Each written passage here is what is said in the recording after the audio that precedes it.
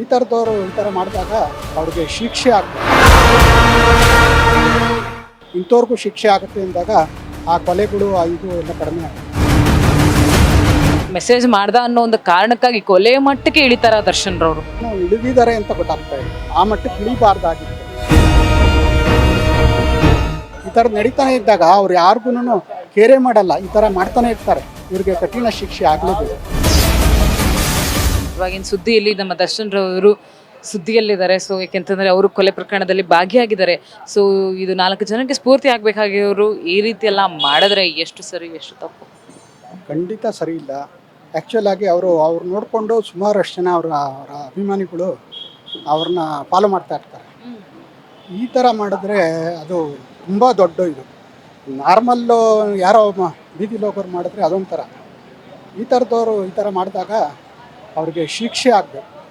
ಆಮೇಲೆ ಅದು ಶಿಕ್ಷೆ ಆದರೆ ಅವಾಗೇನಾಗುತ್ತೆ, ಬೇರೆಯವ್ರಿಗೆ ಒಂದು ಇದಾಗುತ್ತೆ, ಓ ಹೌದು ಇಂಥವ್ರಿಗೂ ಶಿಕ್ಷೆ ಆಗುತ್ತೆ ಅಂದಾಗ ಆ ಕೊಲೆಗಳು ಇದು ಎಲ್ಲ ಕಡಿಮೆ ಆಗುತ್ತೆ.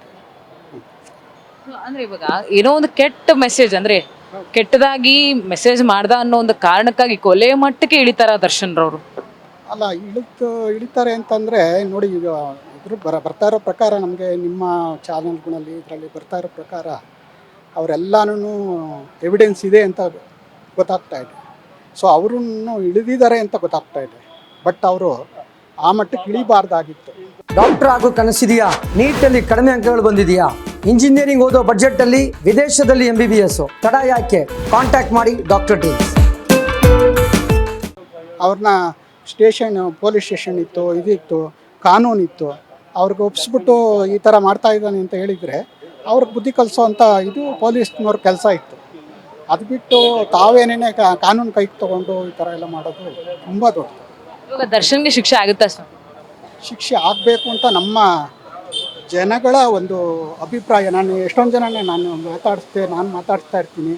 ಆಮೇಲೆ TV ಇದು ಮಾಧ್ಯಮಗಳನ್ನ ನಾನು ನೋಡ್ತಾ ಇದ್ದಾಗ ನಮ್ಗನ್ಸೋದು ಅವ್ರಿಗೆ ಶಿಕ್ಷೆ ಆಗಲೇಬೇಕು, 100% ಆಗಬೇಕು. ಯಾಕೆಂದರೆ ಒಬ್ಬ ಅಮಾಯಕ, ಅವ್ನು ಮಾಡಿರೋದು ತಪ್ಪಿರ್ಬೋದು, ಬಟ್ ಇವರು ಅವನ್ನ ಎಳ್ಕೊಂಬಂದು ಈ ಥರ ಮಾಡೋದು ದೊಡ್ಡ ತಪ್ಪು. ಹೌದೌದು. ಅವ್ರಿಗೆ ಅದರಲ್ಲೂ ಕೊಡಬಾರ್ದಿರೋ ಅಂಥ ಕಷ್ಟ ಹೀನಾಯವಾಗಿ ಸಾಯಿಸಿರೋ ಅಂಥದ್ದು ತುಂಬ ದೊಡ್ಡ ತಪ್ಪು. ಹಾಗಾಗಿ ಅವ್ರನ್ನ ಇವಾಗ ಅಂದ್ರೆ ಇವಾಗ ಅವ್ರ ಅಪ್ಪ ಅಮ್ಮ ಮತ್ತೆ ಹೆಂಡತಿ ಅವ್ರು ಸತ್ತೋಗ್ಬಿಟ್ಟಿದ್ದಾರೆ, ಅವ್ರಿಗೆ ಆಸರೆ ಯಾರಾಗ್ತಾರೆ ಅಲ್ವಾ?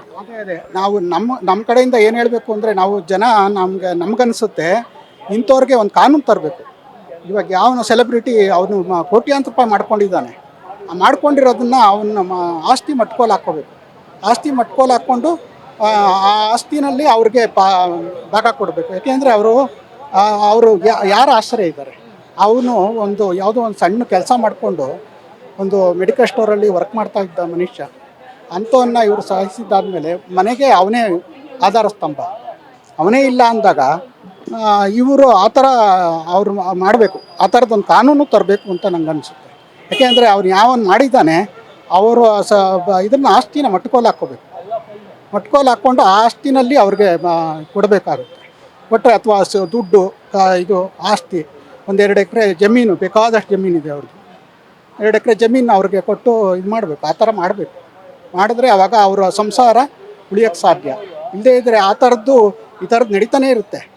ಈ ಥರದ್ದು ನಡೀತಾನೆ ಇದ್ದಾಗ ಅವ್ರು ಯಾರಿಗೂ ಕೇರೆ ಮಾಡಲ್ಲ, ಈ ಥರ ಮಾಡ್ತಾನೆ ಇರ್ತಾರೆ. ದುಡ್ಡಿರೋರು ದುಡ್ಡಿನ ಇದು ಉಪಯೋಗಿಸ್ಕೊಂಡು ಹೊರಗಡೆ ಬಂದುಬಿಡ್ತಾರೆ ಈಸಿಯಾಗಿ. ಆ ಥರ ಬರಬಾರ್ದು. ಇವ್ರಿಗೆ ಕಠಿಣ ಶಿಕ್ಷೆ ಆಗಲೇಬೇಕು.